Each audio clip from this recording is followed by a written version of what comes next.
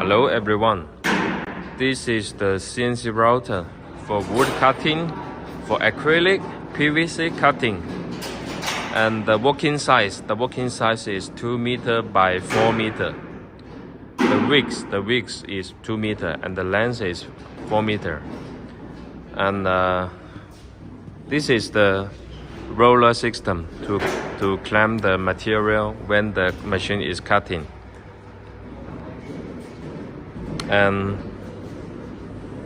this is the details and the electric cabin.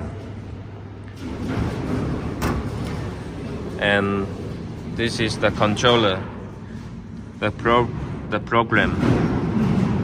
You can use the notebook like this with the English language.